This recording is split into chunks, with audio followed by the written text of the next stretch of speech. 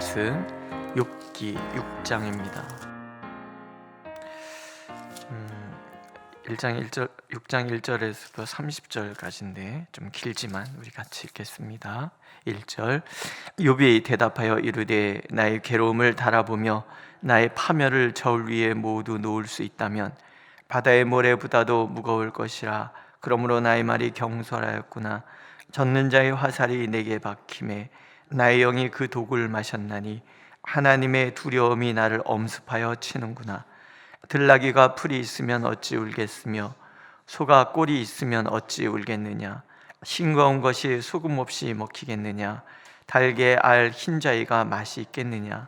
내 마음이 이런 것을 만지기도 싫어하나니 꺼리는 음식물같이 여김이니라. 나의 간구를 누가 들어줄 것이며 나의 소원을 하나님이 허락하시랴. 이는 곧 나를 멸하시기를 기뻐하사 하나님이 그의 손을 들어 나를 끌어버리실 것이라. 그러할지라도 내가 오히려 위로를 받고 그칠 줄 모르는 고통 가운데서도 기뻐하는 것은 내가 거룩하신 이의 말씀을 거역하지 아니하였음이라. 내가 무슨 기력이 있기에 기다리겠느냐. 내 마지막이 어떠하겠기에 그저 참겠느냐. 나의 기력이 어찌 돌의 기력이겠느냐. 나의 살이 어찌 노쇠겠느냐. 나의 도움이 내 속에 없지 아니하냐. 나의 능력이 내게서 쫓겨나지 아니하였느냐. 낙심한 자가 비록 전능자를 경외하기를 저버릴지라도 그의 친구로부터 동정을 받느니라. 내 형제들은 겔과 같이 변덕스럽고 그들은 개울의 물살같이 지나가누나. 얼음이 녹으면 물이 검어지며 눈이 그 속에 감추어질지라도 따뜻하면 마르고 더우면 그 자리에서 아주 없어지나니 대상들은 그들의 길을 벗어나서 삭막한 들에 들어가 멸망하느니라. 대마의 떼들이 그것을 바라보고 스바의 행인들도 그것을 사모하다가 거기 와서는 바라던 것을 부끄러워하고 낙심하느니라. 이제 너희는 아무것도 아니로구나. 너희가 두려운 일을 본즉 겁내는구나. 내가 언제 너희에게 무엇을 달라고 말했더냐. 나를 위하여 너희 재물을 선물로 달라고 하더냐. 내가 언제 말하기를 원수의 손에서 나를 구원하라 하더냐. 폭군의 손에서 나를 구원하라 하더냐. 내게 가르쳐서 나의 허물된 것을 깨닫게 하라. 내가 잠잠하리라. 옳은 말이 어찌 그리 고통스러운고. 너희의 책망은 무엇을 책망함이냐. 너희가 남의 말을 꾸짖을 생각을 하나 실망한 자의 말은 바람에 날아가느니라.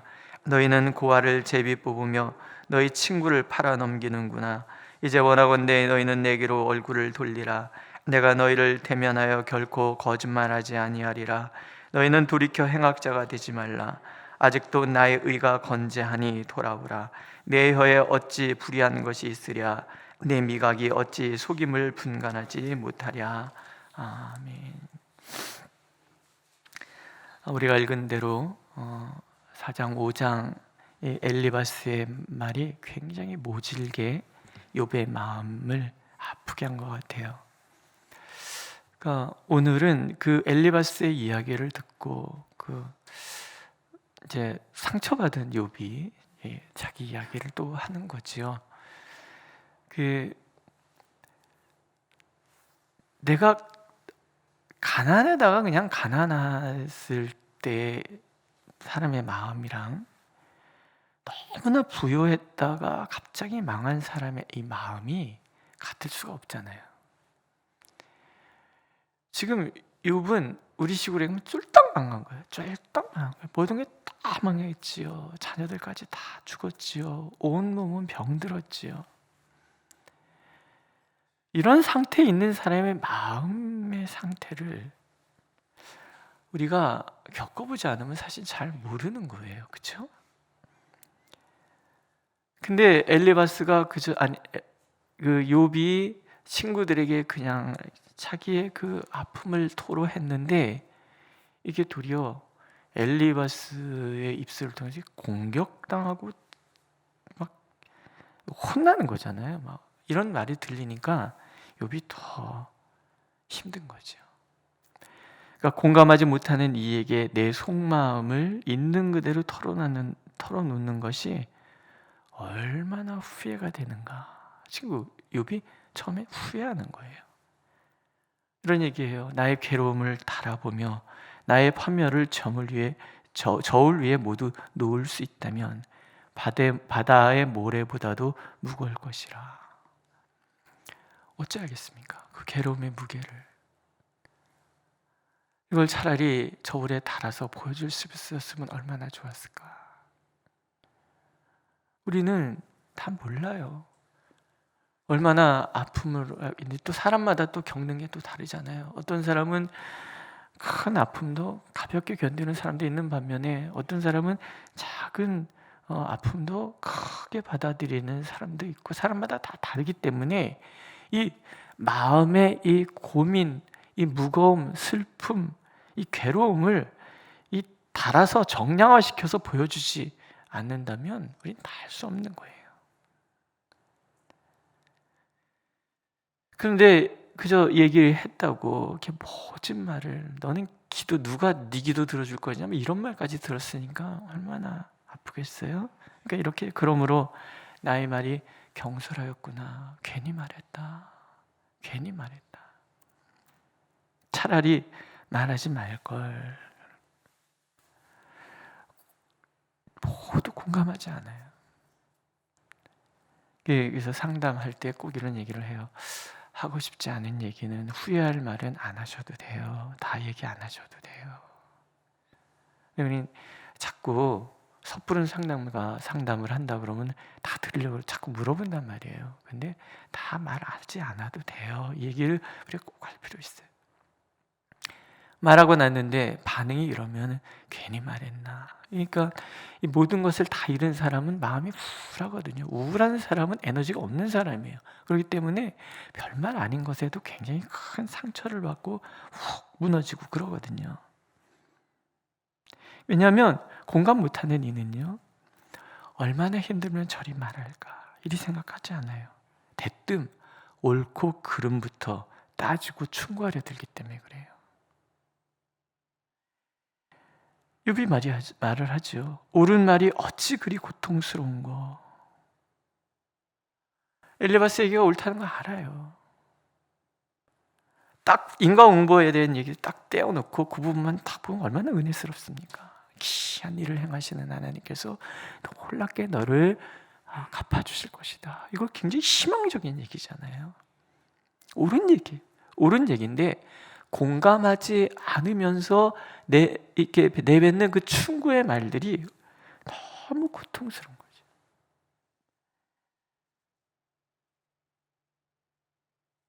더군다나 4절에 보면 그 영혼의 화살이 박혔다 그래요. 영혼까지 완전히 무너져 버렸어요. 버틸 힘이 없다, 그런 얘기죠. 그러니까 이제 욥이 또 얘기를 하는 거예요. 자기가 푸념한 이유에 대해서 얘기하죠. 들나귀가 풀이 있으면 어찌 울겠으며 소가 꼴이 있으면 어찌 울겠느냐. 싱거운 것이 소금 없이 먹히겠느냐. 달게 알 흰자위가 맛있겠느냐. 그냥 아프니까 아프다고 얘기했다는 것 뿐이에요. 힘드니까 힘들다고 말하는 것 뿐이라는 거예요. 그런데 엘리바스는 5장 1절에서 우리가 보는 것처럼 너는 부르짖어 봐라. 내가 네게 응답할 자가 있느냐? 회개하지 않고 그렇게 푸념이나 해야 되는 너, 하나님이 네 기도 들어주실 줄 아냐? 회개부터 해. 저는 아이들이 아프면 그냥 아픈 거잖아요. 아이들이 어렸을 때 막 갑자기 자다가 막 열나고 경계하고 막 그러면은 막 들고 병원에 애들 응급실에 들고 뛰고 가고 막 그러잖아요. 그런데 애들이 막 들고 가면 꼭 이런 얘기 하시는 분이 있어요. 회개. 애들이 아픈 건 아빠가 죄가 있어서 그런 거예요. 뭔 죄를 졌는지 하나님께 회개해. 이런 얘기를. 공감되십니까? 안 되는 거예요. 율법주의적이고 인과응보론적인 사고를 가진 사람은 늘 그런 식으로 얘기를 해요. 그런 식으로. 나의 간구를 누가 들어줄 것이며 나의 소원을 하나님이 허락하시랴. 이미 욥의 상태는 그런 거예요. 이 상태 보니까 하나님 내 기도 안 들어주시는구나. 나는 버림받았구나. 이런 마음이 있는데다가 네 기도 누가 회기도 안 하는데 네 기도 들어줄 줄 알아. 이 한마디가 얼마나 힘이 듭니까? 오죽하면 14절에 보면 낙심한 자가 비록 전능자를 경외하기를 저버릴지라도 그의 친구로부터 동정받느니라.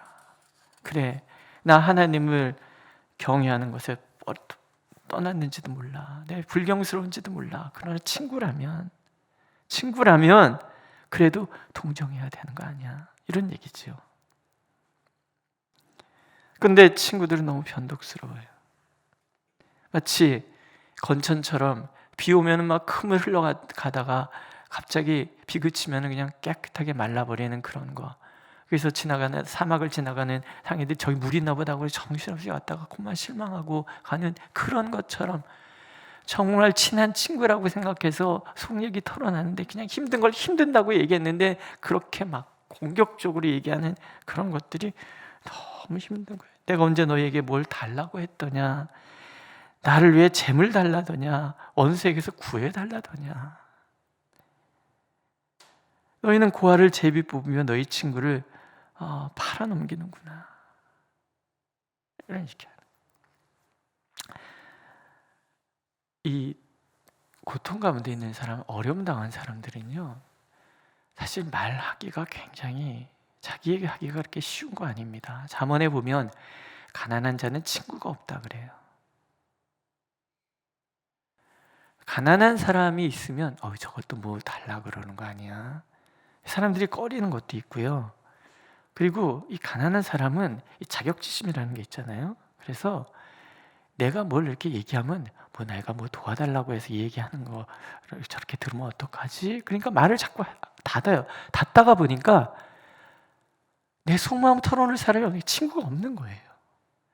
잠언에서 가난한 사람은 친구가 없다라고 하나님 말씀하시는 이유는 뭐겠어요? 뒤집으라는 거죠. 그 사람의 외로움을 살피고 그 사람의 외로움의 자리에 함께하는. 욥도 그런 거예요. 자기 얘기 꺼내는데 쫄딱 망한 사람, 온몸이 병든 사람이 얘기하니까는 이 친구들이 지금 뭐 도와달라는 얘기야? 이런 부담을 가져서 이 얘기를 하는가 보다. 이렇게 막 이 우울증에 걸리면 이렇게 막 마음을 막 곡해하기도 하고 그러거든요. 지금 욥의 상태가 그런 상태란 말이죠. 얼마나 친구의 얘기가 낙담하게 하는지, 얼마나 매몰차게 들렸는지 우리가 짐작할 수 있는 그런 대목이에요. 다른 거 보지 말고 일이 힘들었구나, 그거 보면 돼요. 그러면 우리가 이 말씀을 통해서 들어야 될 하나님 메시지가 뭐겠어요? 하나님께서는 이런 얘기 하시는 거예요. 고난당하는 자 누가 곁에 있으면 그냥 있는 그대로 두어져라. 이게 하나님의 마음인 거예요. 있는 그대로 두어져라. 말한 사람이 괜히 말했네, 이런 마음 들지 않도록 공감해 주어라, 그런 얘기. 때로 힘들면 푸념할 수 있잖아요. 그렇지 않습니까? 나 예수 믿는데 왜 그런 식으로 얘기해? 우리 그런 얘기하면 안 돼. 그냥 푸념하면 그냥 들어주는 거예요.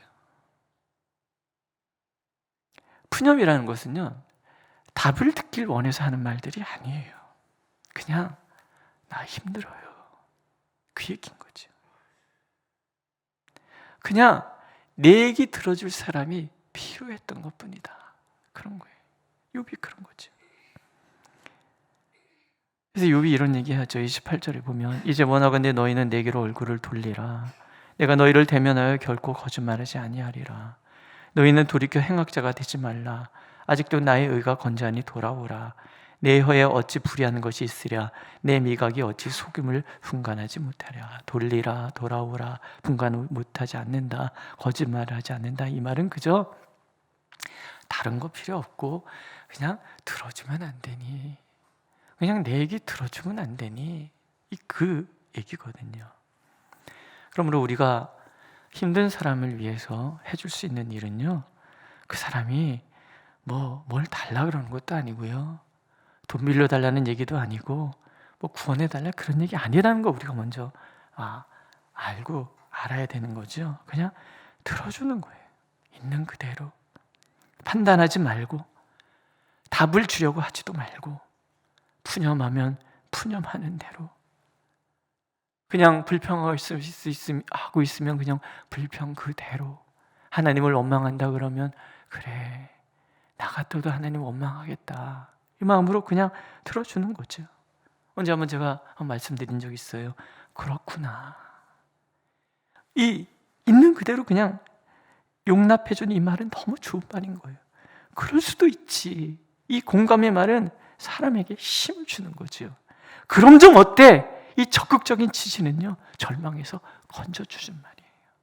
다시 한번 해보실래요? 그렇구나. 그럴 수도 있지. 그럼 좀 어때? 이 말은 굉장히 중요한 말이에요. 때때로 그냥 묵묵히 들어주는 것만으로도 사람들은 힘을 얻기도 하고요 답을 찾아내기도 하는 거지요. 3장에서 욥의 푸념도 오늘 6장에서 실망한 욥의 이 말도 친구들은 제대로 듣지 않는데 누가 듣고 계신 거예요? 하나님이 듣고 계신 거예요. 그 생명 꽉 끌어안고 하나님이 다 듣고 계시는 거예요. 들으시는 하나님께서 오늘도 나를 붙들고 계시다는 것을 오늘도 하나님 우리가 알기를 원하시는 거예요. 공감 없는 옳은 말이 얼마나 고통스러울 수 있는가 하는 것을 깨달으면 너무 소중합니다. 바울 사도가 얘기하지요. 내가 사람의 방언과 천사의 말을 할지라도 사랑이 없으면 소리나는 구리와 울리는 꽹과리 같고 공감하지 못한다면 충고해서는 안 돼요.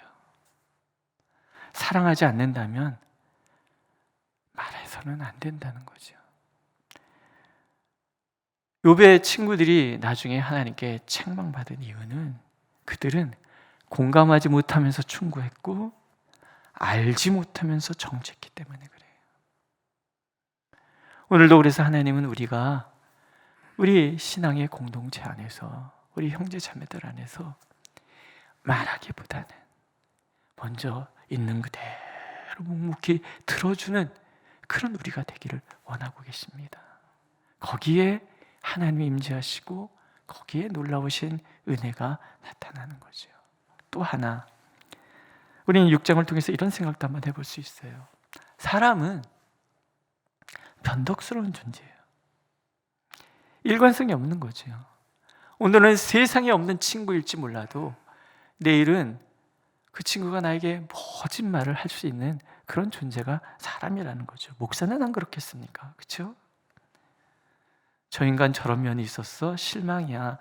목사들도 다 그런 실망 끼치고 살거든요. 그러니까 변덕스러운 인간은 사실 믿을 만한 것이 못된 거죠. 그렇죠? 아무리 친한 친구라 할지라도 자기 입장에서 말할 뿐이지 이해하고 공감해서 말하는 사람은 사실은 거의 없는 거죠. 이런 친구가 한 명만 있다 그러면 그분은 정말 하나님께 복받은 사람들이에요. 대부분 그렇지 않잖아요. 그렇지 않습니까? 그러면 답은 뭐예요? 사람 의지하지 말고 하나님께 얘기하는 거예요. 살아계신 하나님, 오늘도 내 영혼을 꽉 끌어안고 계신 그분께 내 마음을 털어놓는 거예요. 어떤 푸념을 해도 다 들으시고 불평하고 원망하고 몸부림치는 것까지도 다 들으시는 그분, 오히려 몸부림쳐라, 부르짖어라, 통곡해라, 막 난리쳐도 된다. 그게 네가 살아나는 것이다. 그게 네가 고통에서 벗어나는 길이다. 그게 바로 고통을 이겨내는 길이다. 그렇게 얘기하시는 하나님, 그분에게 털어놓으라는 거예요. 그래서 우리 교회 안에 우리 이 기도실이 하나 있으면 좋겠어요. 이렇게 유아실에서 모여서 기도하는 이거 말고 정말 꽉 걸어 잠고 들어가서 막 난리치고 소리 지르고 그래도 아무도 못 듣는 이 방음장치 쫙 돼 있는 그런 방이 하나 있으면 좋겠다 싶어요. 목사가 알아주겠습니까? 누가 알아주겠습니까? 그때 와서 그냥 하나님 앞에 통곡하면서 부르짖을 수 있는 그런 방 하나 있으면 좋겠다. 그런 생각이 들어요. 사랑하는 성도 여러분, 오늘도 하나님은요 우리의 어떤 얘기도 다 들으십니다. 믿으십니까? 몸부림치고 울부짖고 가슴을 두드리면서 하나님 앞에 따지기도 하고, 그것이 오늘 나의 상황을 이겨내는 길임을 하나님 우리가 알기를 원하시는 거예요. 나를 꽉 안고 절대 놓지 않으시는 그분께 내 속 깊은 얘기까지도 다 털어놓고, 그렇게 오늘 하나님의 임재 가운데 자유해지는 저와 여러분들이 되시기를 하나님 원하고 계십니다. 기도하겠습니다. 하나님, 우리는 늘 귀가 어리석어서 그저 있는 그대로 들어주지 못하고 평가하면서 듣기도 하고, 우리 입술은 늘 온유하지 못해서 때때로 비수같이 사람들의 가슴을 찌를 때가 얼마나 많은지 모릅니다. 하오니 주님, 우리를 불쌍히 여기셔서 우리 귀를 부드럽게 해주시고 우리 입술에 파수꾼이 되어 주시옵소서. 묵묵히 들어줄 수 있고 또 묵묵히 끌어안아 줄 수 있는 그런 눈, 그런 귀, 그런 마음을 우리에게 허락하시고 그런 말이 우리 입술에서 나올 수 있도록 인도하여 주옵소서. 또한 하나님, 우리의 이야기 있는 그대로 들어줄 수 있는 분은 오직 하나님뿐임을 우리가 믿기에 주님께 부르짖습니다. 우리 기도 들어주시고 우리를 주님의 품에 꼭 안아주셔서 참으로 주님 때문에 살아나고 주님 때문에 견고해지고 담대해지는 우리 모두가 되도록 은총을 더하여 주옵소서. 예수님의 이름으로 기도드렸습니다. 아멘. 하늘에 계신 우리 아버지, 아버지의 이름을 거룩하게 하시며 아버지의 나라가 오게 하시며 아버지의 뜻이 하늘에서와 같이 땅에서도 이루어지게 하소서. 오늘 우리에게 일용할 양식을 주시고 우리가 우리에게 잘못한 사람을 용서해 준 것 같이 우리의 죄를 용서하여 주시고 우리를 시험에 빠지지 않게 하시고 악에서 구하소서. 나라와 권능과 영광이 영원히 아버지의 것입니다. 아멘.